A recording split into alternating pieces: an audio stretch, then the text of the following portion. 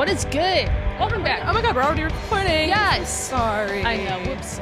So sorry. What is good? Welcome back, kings, queens, everything in between. It's another episode of the Peasant Party Podcast. I am your host, Charlotte Warren, and to my right, Hi. she's back. Say her name for the people Hello. without video. I'm Annabelle. Yeah, it's been a while since you've been here. It has been a while. I don't know if I'm misremembering this, but was my last episode with Buddy?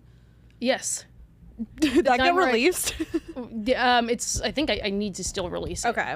But it was a good one. You guys were bantering a lot. That's us. I like when you guys have you guys have thought-provoking discussions. When Buddy and I talk to each other, it's like an hour and a half of like, and then Charlotte is just like, no, I'm literally hand like, over her eyes, shaking her head. Yeah. I'm just like, I'm so neutral. Like, I feel like you guys have strong feelings on things. Yes, and we're both stubborn. I'm stubborn. I just prideful I don't have strong feelings on anything. Like, I'm just kind of like, this is. That's crazy. You don't have strong feelings on anything? I mean, like, I don't like when people tell me what to do. So that's the version of stubborn I am. But Your life must be so peaceful. Like, I mean, bad shit happens and you're just like, eh. I mean, I also It is what it is. like. I also just don't go to like. I try to like avoid like when you don't really have strong like bad stuff happens less. I don't know like. I'm just kind of like, or if I see like something where I'm like, oh, that looks like a problem over there, I'm not going to go that direction. But there's also like the thing about high risk, high reward. Like by dodging difficult stuff, am I missing out on opportunities? I have no fucking idea. But either way, Do you feel like you were always like that? yeah, Really? More or mean- less just kind of like... it's just like it's not. I like to have fun and have a fun time, and just like arguing isn't fun. Really? Yeah.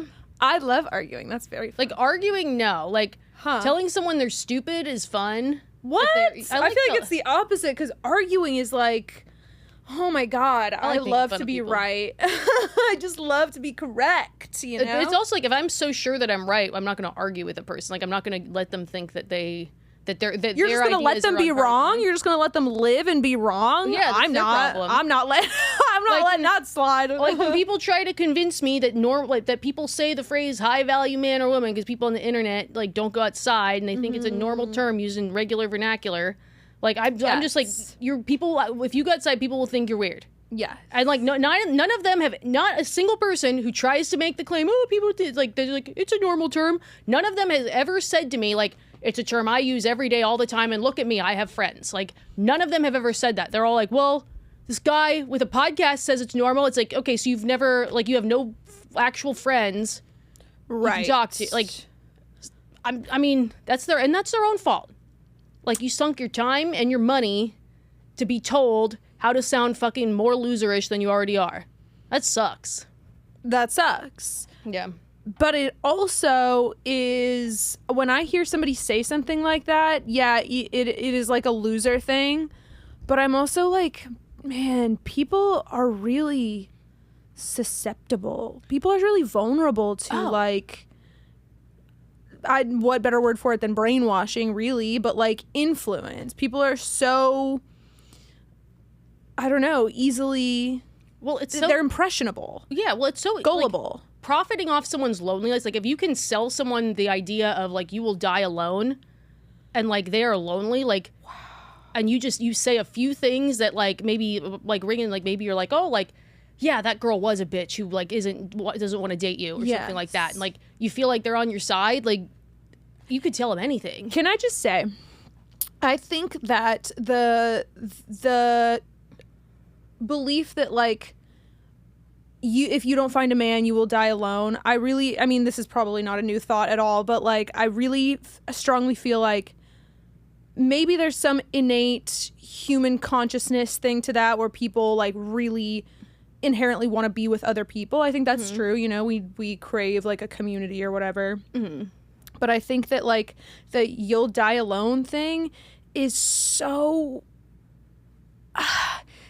I feel like it's like a product of capitalism, honestly. I feel like it's a product of like consumerism, American values, atomic family unit. It's so like to die alone, to not have kids, you will have lost so much. Your life will not be worth living if you don't have kids. And people are like, that goes without saying. Everybody knows that if you don't have kids, you're going to have a horrible life and you're going to feel unfulfilled and you're going to be sitting there in your old age wishing and wondering, why don't I have a family? And I'm kind of at this point where I'm like, I don't believe that. Well, it's also just every time there's some sort of video like that makes its way around TikTok. For some reason, they only focus on women too. Like, yeah, I don't. Yes, like, yeah, exactly. That's if we're talking about heterosexual couples, like, it doesn't sound like the men want to die alone either. Like, what are they better off for some reason? Like, despite the fact that women are known to make social groups with one another and have strong female friendships. But I digress. But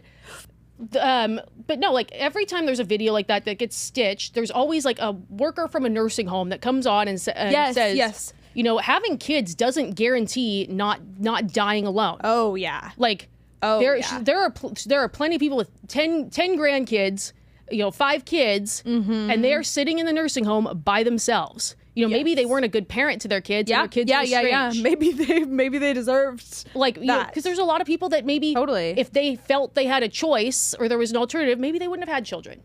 Dude, and you hear about that too. Like there's a lot about that all the time. Yeah, there's a lot of statements that are around right now where it's like the boomers are bad grandparents. Yes, the boomers are bad grandparents. I think because like they were some of them were really absent parents. Like yeah, absolutely. I think like boomers and Gen X kind of are like you can see some of those like leftovers of like the parents who didn't really want to be parents, but they just thought they were supposed to, or they thought that they had to and didn't have a choice. Like this angry, like I had to walk up the hill both ways, and they're just like, You're not having kids? Like, well, I had to too. Yeah. Well, you're gonna die. Hold on. You get autonomy. I didn't get autonomy. What the hell? Like, that's so crazy. I'm stuck with kids. Can I pick your brain on something? This is such a side quest. But are you keeping up with the Ballerina Farm stuff? Yes. Did you read that New York Times article? Yes. So I have interesting takes on it. Okay, we got to briefly explain for the viewers. I'll give them a quick overview. And my thoughts are gonna like differ from kind of really I think all of the general. So Ballerina Farm is so it's interesting because there's kind of like there's a woman, Hannah something, and she is married to, like, she's in her early 30s, but she has 8 kids. She's married to a guy roughly the same age, like grew up, like, I don't think she is like devout Mormon, like, but she grew up in a Mormon community in Utah.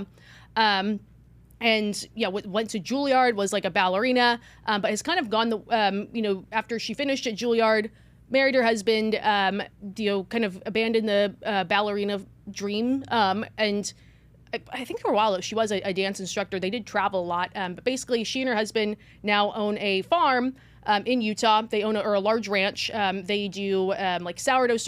She does like a lot of like homemaking TikToks. She has this like influencer. I wouldn't call them like a family influencer type, but it's more centered around her. And because she was a ballerina, they call their brand, their home / their brand Ballerina Farm. So I think there is sort of confusion of like people call her Ballerina Farm specifically, but the brand, or like they call their farm the Ballerina Farm, or when they sell the sourdough, and it means like the whole family or the two of them as a couple. But she's never called herself, like, when people like trad wife influencers, I always think of like the ones that are saying like, here is why you become a trad wife. Like, I am a trad wife. She's baking bread, doing like stuff around her home, like tending to the farm, minding her own business in that regard.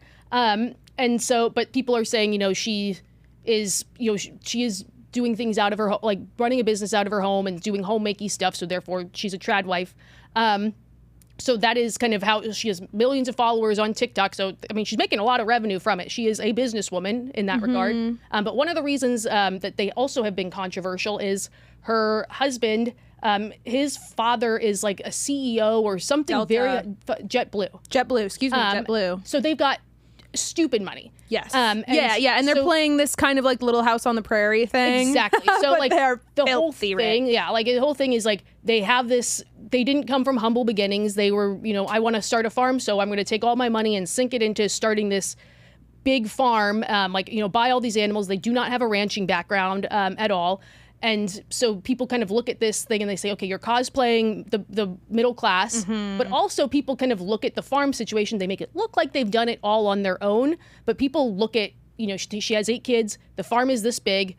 this is how, like ranchers chime in. They're like, this is how much work it takes to do stuff with the animals. They're like, there are definitely there's hired help off camera, and they're pretending they're doing it on their own. Like, so that is like people have done the math. They're like, there's no way they're doing this all on their own. Yeah. So that is like kind of that is I think a controversy where it's like they're making it look easy. Like, you know, if people look at what it means to be a real trad wife, like you see some of the ones that are, you know, homemade. I wouldn't even call them like trad wife influencers, but the ones that are, I'm a stay-at-home mom and they're romantically making homemade cereal, like just beautiful homemade cereal. It's like they never show them cleaning toilets because they're not the ones cleaning the toilets. Totally, they're baking bread. Totally, they're if you have the flowy dress and the bare feet. Exactly, if you have the time to create bread from scratch, to be dressed like that, to look like that, to be taking care of all of these kids, 100%. Yeah, it's because you have money to take care of everything else. Absolutely, exactly.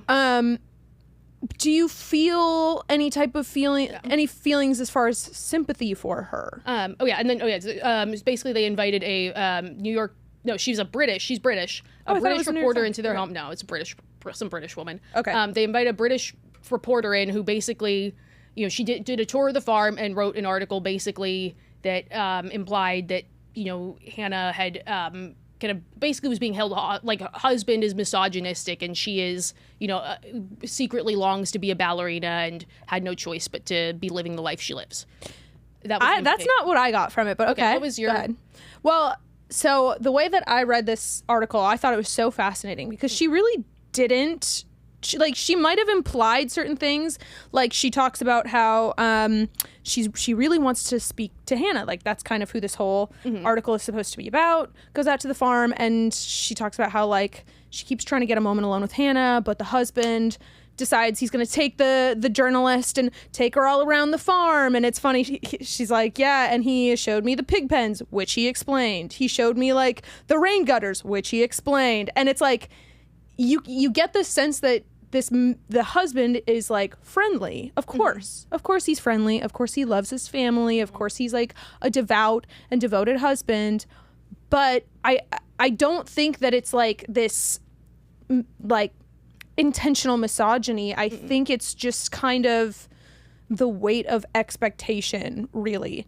And I think being able to see that and have like discourse around that from an outside perspective, you start to see the little things that like a husband like that might say or a partner like that might say or do that just kind of do keep you trapped. And like the thing about, I mean, she wasn't just a good ballerina. She was a great ballerina. She got a full ride scholarship to Juilliard. And she wanted to do that. She expressed that she wanted to be a great ballerina. And then she met him and he said, well, that's not going to work for me. Like, if we want to get married, which I think he proposed to her within like 3 months. Yeah, well, they're Mormon. I don't think he ever actually said that. He didn't say that's not going to, like, so there is some, I think the reporter had some, like, went in looking for a story. I think the reporter went in looking to find the hired hands, didn't see them because they knew a reporter was coming, and I think she took a different angle. I personally think, like, if you wrote, I think she wrote in saying, I want to talk to Ballerina Farm, and to them that meant the brand. And so I think, like, so why wouldn't the husband say, like, here, I'll give you a tour of the farm? And then the other thing is, like, I'm just going to shit on British people because I notoriously hate Charlotte hates Brits. I hate Italy. But like the reporter, like it's so funny. It's like fun. She'll like chime in and be like, and then her kids kept showing up. Like, yeah, British people like and their attitudes toward like like an American, like if you have invite someone in your home, I'm going to do an interview. Like, yeah, bring the kids. Like you're a parent. Like.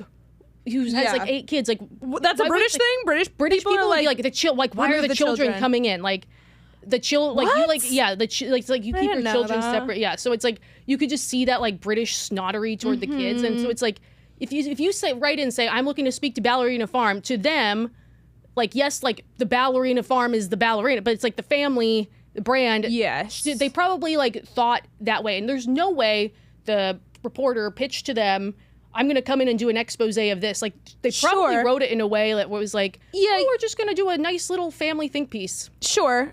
But I think this was a topic of discourse before that article was written. I was still seeing a lot of stuff about it because people knew her story and they knew, like, oh, this Juilliard ballerina, she has 8 kids, and she got big because of the pageants. She was like a pageant queen, and she had given birth to a child, and then 2 months later or something, even less than that maybe, she competed. Like, yeah, so she had to like lose weight like crazy. She's got babies. She's in the article, who knows how true it is, but in the article she says she's telling the reporter, like, this is their moment alone. The reporter asks her if she got any anesthesia, what's it called? the epidural. Epidural for any of her kids, and she says no. Her husband didn't want her to, except for one. She did use it for one. She whispers this, I did have it for one when he was out of town, and she said it was amazing. Yeah. And it's like little things like that. Like, why is your husband not there at the birth of your child? That's like, that's he was true. tending to the pigs. It's like, well, what are you doing here? Like, what is this, Mad Men, where was the husband? He was, somewhere, I don't know. Yeah. But one thing that I do think like people keep misinterpreting is like the farm is new. The farm is like they've been on the farm for like 2 years. After she graduated from Juilliard, she started like having kids quickly, but they moved to like Peru or something, and she was like, she didn't go on to be a professional like ballerina performer, but she did do like she was a dance instructor. So she would like be at colleges, or like she did like pursue that. And there is some part of me that sees that, like, she's 35, like a lot of times like you have these big dreams like when you're younger, like you can't be a ballerina into your 40s, like where it's like you kind of realize, like I say this just as someone who turned 31, like maybe you're not going to be the astronaut or the movie star, and you kind of the dream changes. Like, I'm not saying that, like, you know, there's not a what if, or like, you know, there's not an alternate path. Like, I think like kind of the Mormon upbringing and what it's instilled in you is like also kind of more responsible than like, you know, this husband that's holding her hostage or anything. But like there is some part of it where I'm like, well, like, you know, like I've sort of I have more humble goals than I did when I was 22. Just by nature, because it's like, it's like, realistically speaking, will I become a movie star? No.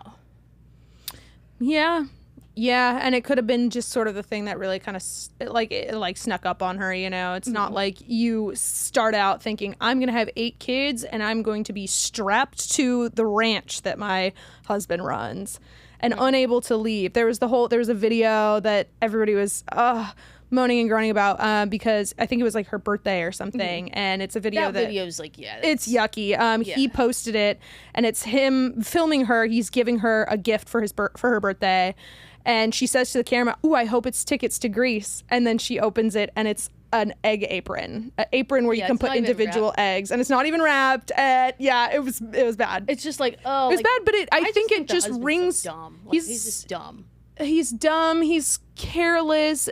Like, I think clearly his head is in a certain place, and maybe he's not fully aware of it. But it just kind of, I don't know, shines light on like how a girl really might make like huge sacrifices that she can't get back, and by the time, you know, she realizes it's too late to speak up. It's really too late to say anything. You're kind of there now. I mean, to be fair, like when you see these sort of like like, I don't even call like homemaker influencer types though, like people don't watch they watch it for her.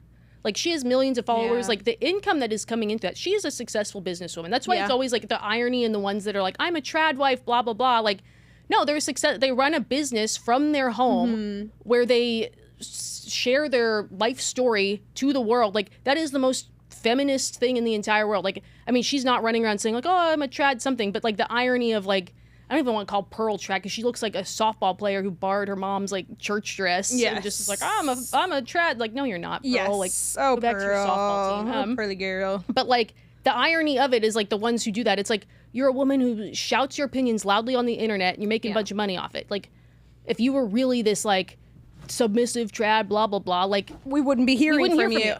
None of us. None of us would hear from you. Yes. Huh. I don't know. Or true. But it was an interesting article. Like, I sort of like, I don't know. Like, I fucking hate British people. That's what you got from it. Yeah, British people suck. Like, sorry to all of our British listeners. Did you know we have like a listener base in like randomly like Sweden? Like, there's like, I don't know if it's like a person who's hopping around Sweden, but like the dots in like Sweden, and then oh god, what? Like, what hi Eastern Sweden! Like, hello. I had a guest who's like from like Russia, like, so like Russia's got kind of like flagged off. Like, hello Russia. I don't hate hello Russians. Russia. I don't like Putin. Sorry, but no offense. But Interesting. Fuck England. Crazy, yeah. Teens I on mean, there's kids. all those cultural differences. Mormonism is not a thing in any other country, Did you hear really. that? Well, no, it's not. But did you hear Mormonism has like rebranded? Like they now call themselves like the Church of Christ of Latter-day Saints, and they're like doing Officially, because it was always the Church of Latter-day Saints. It's always been the Church of Latter-day Saints, but I saw that and I was like, is this a different branch where it's like the two of them like mixed together or something? Oh, Like yeah, you know, people that maybe don't want to go full Mormon, but Yeah, they, yeah, like, yeah. And it's like, no, they've rebranded. Like they've using Jesus Christ instead of Joseph Smith. They're like having all these campaigns of like, are Mormons Christians? And they think it's like they want to make it easier to stomach as they go. Because Mormons are so calculated. Like they are so, like they got their hands on everything. And they're rich. They have money. People in Utah, oh my God. Yeah. Yeah, wealthy Mormons, yeah, they're set up. They got money. Yes, they do. Yeah. Oh, but yeah. Yeah. Which will kind of jump us into, like, as we always do before we get into our mailbag, we do, a lot of times, like, a dating news. What's viral right now about dating? Right now, okay, so this post is viral on Reddit, but it has made its way into the TikTok sphere with people saying, like, oh, man, like, giving their take on this post. It's on the True Off My Chest subreddit where people basically just, post secrets style confessions. Sure. I need help with this, but sometimes it's people just wanting the information dump. And this one, yeah, people have a lot to say about it, and the divide, for better or worse, is along the lines of gender, just given a lot of people's lived experiences. So it's written by a woman, and she says, my boyfriend and I are both 28 years old, together for 2.5 years. Yesterday night, we were drinking, and one thing led to another, and I tried to compliment him by saying he is not someone I would want to hook up with or be a friends with benefit with, but marry. I thought everything was fine, but he seemed extremely distraught after that. I realized how he understood it after the fact and tried to clarify it, but he is still the same this morning. He told me he needs space to think for a while and left the house. All my friends tell me I messed up and that guys do not see that as a compliment, and most men definitely understand it differently. I think I destroyed our relationship, and now I am panicking.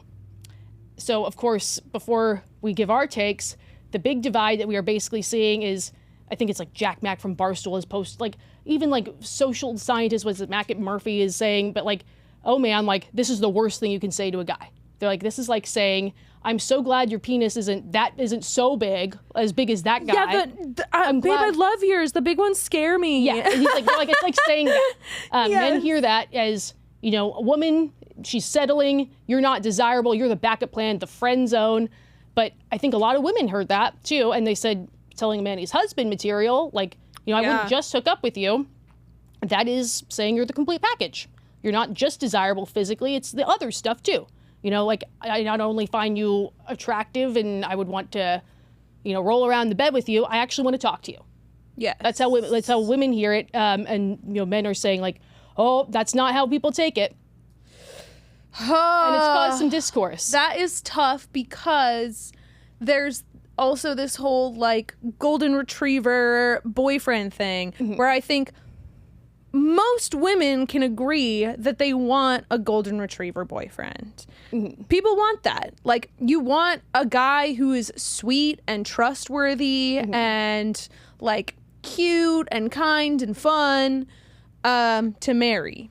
But I think if she's referring to like, oh, you're not the type of guy that I would just like hook up with once and never want to see again. That's one thing. That's kind of how I hear it. Is like, you're not the kind of guy where I would just like take you home from a bar and then never talk to you again. Like, you are, yeah, I guess the full package. Like, yeah, I would respect your feelings. I would respect your thoughts and opinions. Like, I want you to like me, like that kind of thing. Yeah, and I like, because I think the way I heard it was just, you're the full package. Like, the desirable stuff is there. It's interesting too, because like, I feel like a lot of guys were like, oh, this is the worst thing. Like, a lot of guys who would say that have also, told women to reassure them those exact words. Yes. Like, I don't see this as just a hookup. Like, you're a wifey material. Like, that's a big compliment. Like, if someone calls you wifey material, the thought isn't like, they don't find me physically attractive. It's, you find them physically attractive and then some. Like, there's no thought like that. So it's like, yeah, I don't, like, it's also just, when you say like,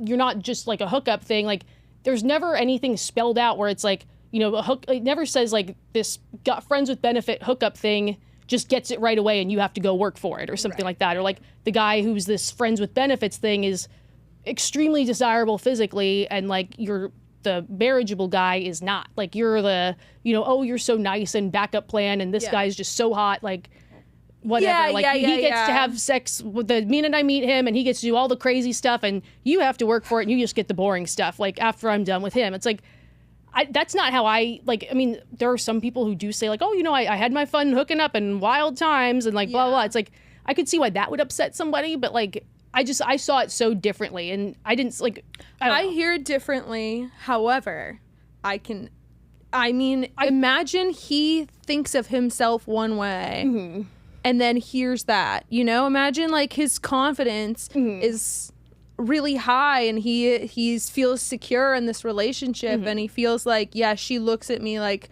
I'm the hottest guy in the room. And then to hear that and be like, oh, is she looking at me and trying to convince herself to be attracted to me? I mean, like, because I think so many of these things too is like, I understand why she meant it, and there's part of me that's like, what's so wrong about being husband material? Shouldn't that be better than, you know, oh, you're just, I would like, you know, your lights are on, no one's home, like, you know, you're not that great, like, why isn't husband this like thing that you would aspire to be? So I hear it that way, but you also can't. There's a lot of the things that she said that have been used for a long time, I think, to men as euphemisms for I don't like you, or like I think like and this goes back to, we're gonna pick on the boomers again. Okay, but like if you think about like growing up, like in school, what would teachers tell you? Like, you're in middle school, elementary school, and a boy liked you and you didn't like him back. He was in your class. You had to see him every day. And maybe you went to a teacher and you said, Mom, I went to mom. Your mom. What did you? This boy, like, he's following me around. He clearly, like, blah, blah. I don't know. Like, this is a little weird. What were you told to tell him? If he wanted to, you know. Be what do you sweet. Say? Oh, you know, I just see you as a friend. Yeah, totally. You were always told to say that. If you had a boy that was actually bothering you and it bugged you, what were you told? Oh, he just likes you. And the parent would laugh at it, and it became fodder for entertainment for parents and teachers. It was never taken seriously. Right. And so, but yeah, like, and I get it, like, when you're in school, you have to see this person every day, so maybe you do say, oh, I just see you as a friend, but you were never told, like, there was never advice to say, like, I do not like you. There was never, like, here's how you spell out a rejection, because that was never taught to us. We don't, like, I think it sticks with a lot of women. I think a lot of men don't know how to receive it, but they see it, like, you know, and then of course there was always this messaging that ran in tandem with that, like, try so hard, like, if you don't succeed, try again. Oh, like, my never give up. God, like, don't even get me freaking started. And so it kind of socialized people to, you know, kind of have this very strange kind of, like, it was like a strange relationship with consent. Yes. Like, unspoken.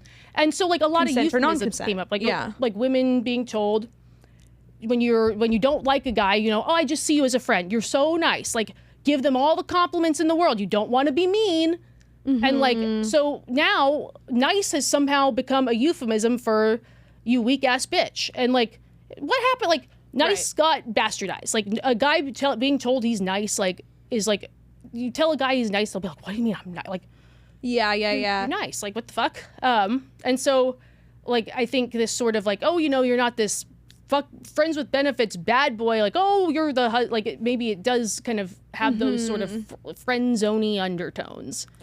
Crazy. But, like, and I understand the visceral reaction. I do think it's a little weird that they've been in a relationship for 2.5 years. First off, like, why are they having this conversation where why is she going back to, like, I'd never do friends with, you've been with him for 2 years. Why are you going back to that? And it's also, like, your husband material, I think, obviously, by itself, without the friends with benefits, blah, blah, blah, like, why couldn't that have been a standalone thing? But at the same time, like, sometimes we just say kind of awkward stuff that we don't realize, like, doesn't land. Like, sometimes these things are gendered. Like, I don't know, like, I think sometimes guys will say, like, how are you still single, like, to women? I mean, it's meant to be a compliment. Like, how has no one snatched you up yet? Right. A lot of women hear that, and they have been hearing from grandma and aunts being like, oh, something's wrong with you. How are you still single? Where's your husband? Yeah. And so, like, women will collectively, like, groan and just be like, are you fucking kidding me? Why are you asking that question? The guy means it as a compliment. Right. And so it's like, you kind of have these, like, stumbly, awkward things because you don't understand each other's lived experiences. I am surprised that, like, this guy is, like, stormed off and won't hear it when she's like, this is how I intended it. Okay, so here I'm like, either he's a little drama queen, which Men can be. It sounds I've like been it was with a written, couple like, of the those. exact day of. So Yeah. I mean, I've totally been with a couple of those where, like, you know, you say something and then they're like, wow, that was really, I need a few weeks to think about that. So that you'll be like groveling on your hands and knees, begging them and being like, I'm sorry. Is that a healthy relationship? Bro, no. No. I've dated that exact type of man and it is exhausting. It's exhausting. Yeah. Or yeah, I think part of it could be it's not just the way that she views him. It's not him being upset at like, oh my God, my girlfriend feels this way. He might be thinking like, does every woman feel this way? Is this who I am? Am I not an attractive person to anyone? Like, it shatters your whole ego, I'm sure, a little bit. Yeah, and I think women are very averse to giving men compliments about them being physically attractive, because it's like, you know, when like a guy, I would be like, when I'd be in like early dating kind of, I would be afraid to do that because it was like, oh, this guy's gonna just automatically just go sexual and never come back from it. Like now I have no issue doing it in a committed relationship. Right. I think guys don't get those compliments a lot because women are just afraid of the direction it'll go. So guys want to be told they're desirable. That's so true. And that's such another conversation for another day. But getting into this like sexual zone that you have to fight your way back out of. Yeah. Or end the relationship. That is so shitty. I hate that so much.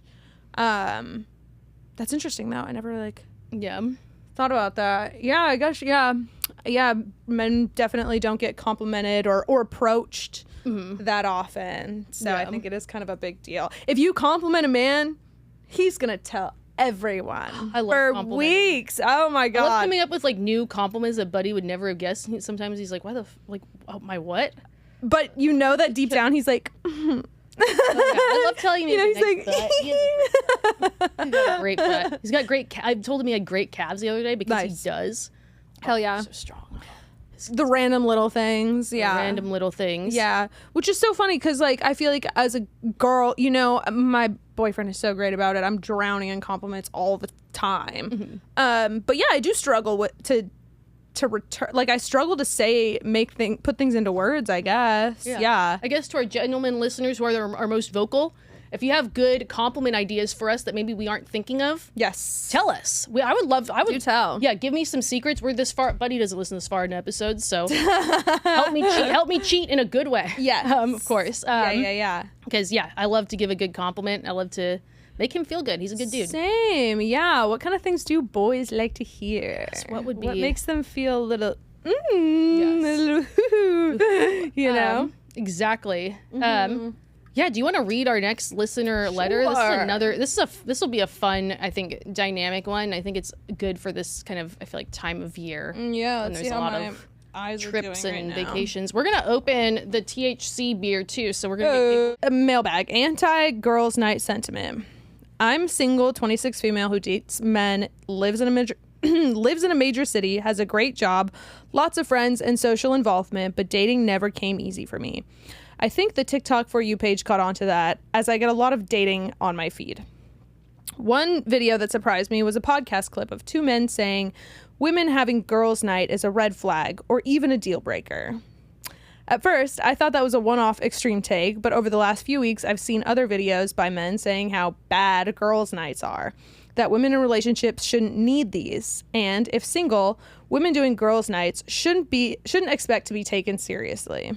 On my dating apps, I've also seen some profiles stating this as a turnoff as well. I fully believe that everyone is allowed their preferences. However, I'm confused how girls' night is a turnoff to any straight male, let alone being a widespread preference.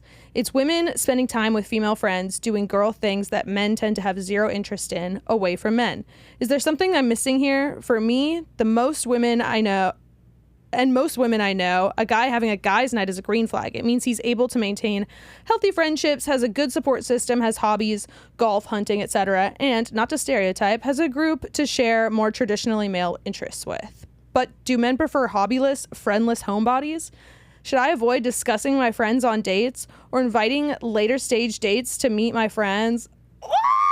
Girl, this is a freaking crazy one. Have you seen some of these like weird like podcast clips where people like you shouldn't need girls' night? Like I've seen women's one like guys don't need guys' night. I don't know if it's a Gen Z thing. I definitely think it is more like men being like a girl who clubs. You don't want a girl like they are equating girls having a girls' night with their friends to basically being like the party girl who goes to the club, which of course there's nothing wrong with either of those. But I think where this really stems from is the fear of women organizing and discussing and sharing ideas about like what could be wrong in the relationship. I'm sure all of you know, in an abusive relationship, the abuser tends to isolate their partner from their friends because they're bouncing these ideas off their friends and their friends are saying, hey, this is a huge red flag. You shouldn't be in this. Like, I think they are terrified. Yeah, there's like, oh, she's going to flirt with other men. Other men are going to look at her. Other men are going to, consume her, whatever. But I think actually a lot of it is like, she's talking about me with her girlfriends, and her girlfriends are going to tell her, he's fucking on you. Mm-hmm. He's fucking on you, and you are losing. Like, hello, open your eyes. I think that's where that really comes from. I think that went a lot of directions. So I think, like, I guess where I would zoom out a bit is, like, just like how people say, when someone says they want something casual, mm-hmm. What's their definition of casual? Is it like this friends with benefits, one-night stand, or is it this consistent, ongoing, we see each other we just don't put a label on it? Mm-hmm. Like girls' night, people like when you like their initial thought of what a girls' night is gonna vary person to person. Like, yes. It sounds like this woman, her version of girls' night is like probably my version of girls' night. We go to like another girlfriend's house, we have charcuterie, watch The Bachelor, play like board games, have some wine, do things that are talk shit about men. You get together and you talk shit about men. Maybe you don't. I fucking do, for sure. Maybe, so I do think, and, I think men are, they do, fear this, and I think this happens, is, I think that women will talk in detail about their relationships in a way that maybe men do not. And men do not, yeah. Buddy was even saying that. He was like, yeah, when shit goes down in a relationship, they kind of don't talk about it with their friends. Girls are like, duh! Women will say, oh, we tried this sex position in this day. And, I think if you're a guy that maybe is doing stuff in his relationship or something, the group knows about it, and you might have some girls in the group that don't like you if you're doing shitty stuff to your girl. But, I don't, it reminds me of, so I love, the U Up podcast. I've listened to every single episode. Shout out to the U Up podcast. But, this one time, they had...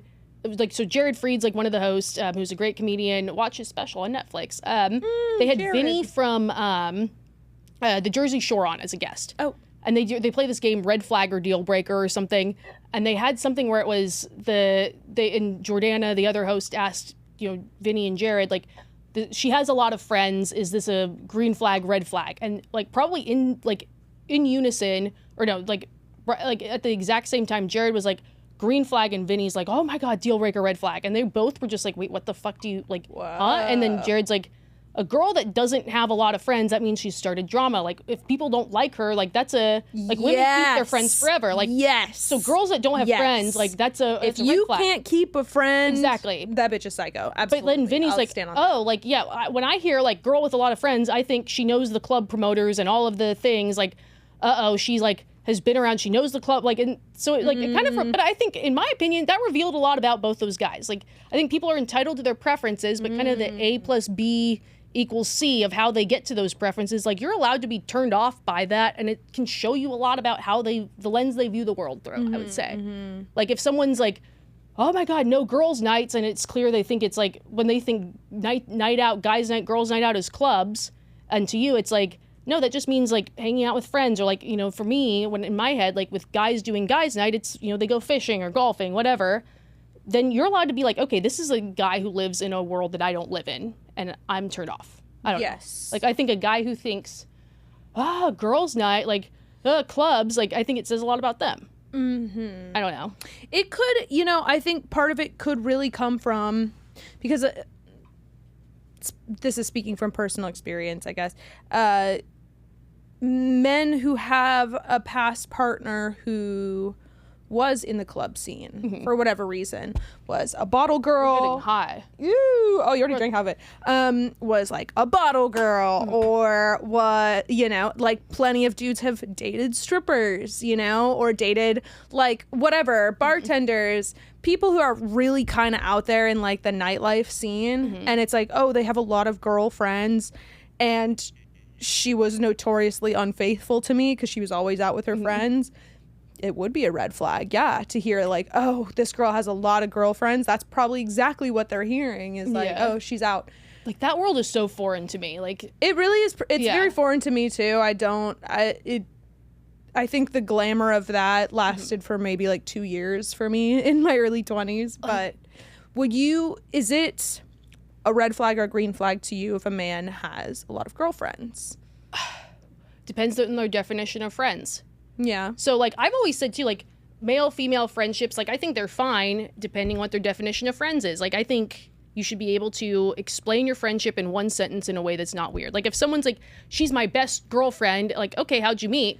Well, at 28, we were in a bar, and we just, like, bumped into each other and exchanged numbers, and we're like, oh, we think we'd be better as friends. Let's not date. Now we're 30 years old. Yeah. No one makes a best friend in 2 years like that. It's like, that's weird. Or like, oh, we used to hook up. I think you should be able to say point blank, like, answer the question with a straight face, like, why have you guys not had sex or something? Because I think there's a lot of, like, friendships that happen by default. Like, if you're like, oh, yeah, we grew up, like, I'll use an example. Ian Henry is the most friend of, like, we've known him since we were like 5. And so, like, this dude that lives in Austin, I think he bought a yacht recently. It's not a nice yacht, but he is now living on a boat and traveling the world. I don't know.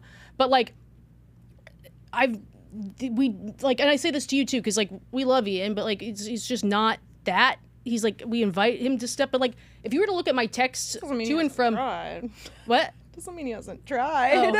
Well, shout out Ian. Aw, girl. Sorry. Please. Maybe not you, but no, Ian's great. We love Ian. Ian can come on the pod as a guest. I would love to have him on the pod. He'd be a great guest. But yeah, like, but if you were to look at my texts to and from Ian, like, it would be for the most part, like, hey, like, this company you used to work for, like, was it cool? And yes or no? And like, it would look like the text that I send to my brother, right? Like, legitimately, like, it would be sporadic, or it would be like, hey, we're throwing a party, we're inviting like 20 people. I'm not doing one-on-one hangouts at the end, but like, come, and if you're dating anyone, bring her. Like, cool. If they get into a couple, you see it as a unit. Yes. Like, I don't, like, it wouldn't be, I don't do one-on-one hangout with those type of friends, but, like, interesting. There's an extended friend group, like, hey, like, this dude that I would say friend. I'm also very liberal with the word friend. Like, some people are like, they reserve the, like, if I meet you and you are nice to me, you are my friend. Okay. I call everybody my friend. Yeah, so, yeah. That thing makes you kind of, woo, a little woo. Sorry, I'm loopy, but we're having fun. I definitely, it's funny because, yeah, like, I definitely have guy friends. But my guy friend, like, my friends, I'm not super loose with the term friends, you know? Yeah, I am, so. My, like, guy friends are Paco, my boss, who is, like, my fucking sister, and that's literally. The thing, too, is, like, if you can explain a friendship, we work together. We work together. Oh my gosh, my male coworkers know more about me than, like, and we talk politics for hours. We talk ideology. We talk everything. Mitchell, who I went to college with, who I have not been able to shake off for the last, like, 11 years, dude. Oh my God, Mitchell is the best. Mitchell would be an interesting guest. He's such a piece of work. He's such a piece of work. And he's, like, my good friend. And we fight. We beef. But he's my good friend. And I feel like those relationships are so valuable to me, you know? And they have, like, things have come up with partners where they're like, who is this person? Who are these, you know, I'm jealous of these people that you're spending your time with. And it's like, I understand that. But to me, like, a man who can sit there and talk to me about ideology, talk to me about religion, politics, science, history, art, anything like that, and have an extended conversation with me, and then they, you know, go about living their life. That is such a green flag that a man can see a woman as something completely other than, like, potentially a sexual conquest or a romantic conquest. If a man spends time with women and appreciates them for something deeper, can see them, can hear them for who they are, then that is a green flag to me. I want to date a man who has platonic female friends that he values in his life for who they are, and not just like what they are going to give him. You know what I mean? Yeah. No, I agree. Yeah. And I think it's also the context of the friendships. Like, I think with all of your male friendships, it's like you're like going through, like you met through like normal means. Like, you're not doing like they're not like, hey, want to come out to dinner with me tonight at this candlelit restaurant? We're going to talk about politics. It's right. If either of you have a romantic partner, there's no qualms about like, here, come meet this person. Yeah. Like, it's not, yes, you're not hiding them from this person. You're like, oh, we have a special relationship where we do stuff, the two of us together. Right. You see them as a unit. You cheer them on as they are looking for that. If you know their new significant other has strange boundaries, you're respectful of it. Totally. Yeah. If any one of these friends, if their girlfriend wanted them to talk less to me, you know, if it's like, oh, I need you to stop talking to your coworker, well, that's not gonna happen. I'm sorry, but if it's like, you know, you're having to of course I respect that. Of course I respect that. I would respect that in my girlfriends if they start spending a lot of time with their partner and they're not talking to me as much. Of course you're going to respect that. And then when they break up, you're there for them. And that's what a friend does. Yes. Mom taught me that. Exactly. Yeah. Do you want to read the next letter? Sure. Yay. Oh my God. This is such a funny one. Okay. Mailbag. Guy faked a British accent all through date. I love this. See subject. Matched with a guy on Hinge. His hometown was listed as being somewhere in England, but this never came up prior to the date. Everything else on his profile indicated him being American, university, job, etc. Did not even consider what accent he'd have prior to the date, but assumed American. Plenty of Americans were born outside of the country and don't remember. We meet for the date where he spoke in a British accent. I acknowledged it and pointed out that he was from England, but didn't make any further conversation on it. I'm neutral in my attraction to accents, so it seems silly to fixate on. We moved on to other normal topics like hobbies and interests, and it generally played out like a normal date. But at the end of the date, this man told me he had something to confess to me, followed by him switching to an American accent and saying, "Can you guess what it is?" Confused and not really realizing the accent switch with his one question, I said, "What?" He excitedly told me that his British accent had been faked and he's really American, and he wanted to see if I'd be able to tell and thought it would be funny. He also said that despite the accent being a lie, he was born in the UK and his dad is British and really does have an accent. And then he started asking, did you fall for it? Did you really think I was British? Did I pass? I just replied that sure, I believed it because most people go on dates without faking accents, and I assume that's the default, even if I personally think they sound weird. We parted ways, and I came home to a text from him saying he had a ton of fun, signing it, your hot British boyfriend. I'm not interested in another date, and I guess there's not an advice ask here beyond, what the fuck did I do to end up matched with this guy, and are there ways to avoid this in the future? Oh my God. Did this person go on a date with Tim Hague? So I was keying through that whole thing because we know someone who did this. We know someone who did this all the way through high school. There is a guy that we knew in high school who faked a British accent all through high school. And Charlotte was good friends with him. No, he forced himself to be in everyone's. This man elbowed and pushed his way, not like it wasn't. I wasn't special, like into everyone's lives. This guy was. We went to a small high school, so he was kind of. We went to like he's ever present, an omnipresent. Oh my God, he was exhausting. So people at our high school went to middle school with him. He was born in America. Mm-hmm. His parents are British. Yes. He will I know other people whose parents are British who they're not like, oh, I'm now British too, but their parents, whatever. Yes. They went to middle school with him. He did not have a British accent in middle school, but then he comes to high school and he's talking in a British accent. And people would call out, he's like, what are you talking about? He would be like, I have a British accent. And what was his reason? It was that he went back for summer or something, I think maybe he did try to explain it away, but people would be people didn't see him then would be like, you were born in America though. He's like, well, my parents have British accents, which is true, but there are linguistically other people, that can affect you in your early years. Yes, but you go to you. Yes, yeah. And So yeah, he had faked a British accent, and he would be like, "I'm from like I'm English, I'm British," and it was like the most like. And he maintained this. He maintained it 4 years of high school. And beyond a little, I'm sure, right? No. So he doesn't have a like. It's gone now. It's gone now. And so yeah, this man fakes a British accent all through high school. It was like people would like give him shit for like I remember like this. He like got in a fight in a class once because like, this man faked, and he would be like, "Oh, back in England, blah blah blah," like back in England, chip chip to the pip. Oh my god, dude, yes. And it was kind of like a little thrown off too. It was like a little wasn't affected. good. It was like it wasn't. So it sounded like an American faking a British accent. Yes, but he was serious. Yes, and then he finished high school, and then. He actually owns a very successful comic store now. Like he did make something of himself. Like they win like a bunch of Eisner Awards and stuff. We'll make funny because it's like comics and games throughout the Ventura County and LA County area. They're doing great. They're doing very well. It's just you funny should get because your comic books there. It's like one of those things where you're in high school and you're like, whatever, it'll, you can do whatever you want. How many years later is this? A decade and a half? If you get high school still talk about it all the time. All the time. And so, oh God, he really wanted that shit to work out. Oh my God. And you know what was like so fucking insane too was. Literally, so I've told, like, I remember, like, when Buddy and I were having our initial conversation about dumb stuff, like, I was like, this guy in my high school who faked a British accent, because I've told, like, when you're trying to tell dumb high school stories, that is a perfect one. The guy from high school who faked a British accent, like, he always wanted to be, like, the MC of the talent show, like, he was just everywhere. Like, never let him forget that. Yeah, he would just, like, pick things that no one else applied for, and then he'd just be in everything. It was super annoying. And I was like, this guy from my fucking high school who faked a British accent all through high school and all of these things. And then, so we go home for Christmas, and then Buddy, like, is coming to Ventura for the first time. We go and have, like, drinks with Danielle. We're like, let's go to Fluid State Beer Garden in Ventura, California.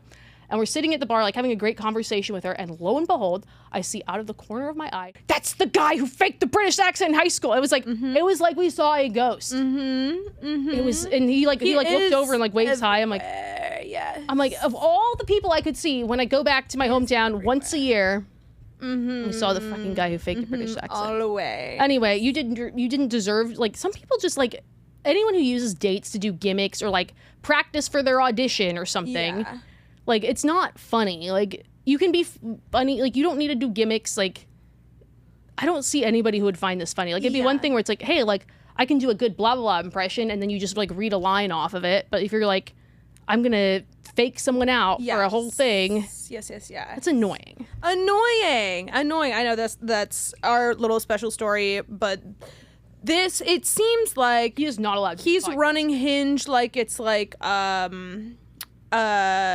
social experiment. Yeah.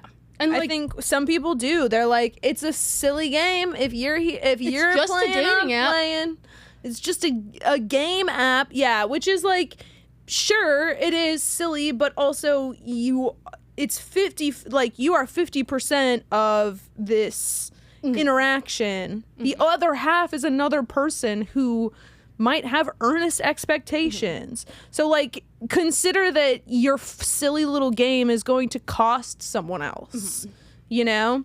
And it might have been a thing that I think there was a Bachelor season where there was a girl who came and she faked. She's like, well, you got to stand out somehow. And she faked a British Australian accent really poorly. I think she got cut, like, the first night. Really? Like, I think they picked, like, they always bring some gimmick people on and, like, I don't know.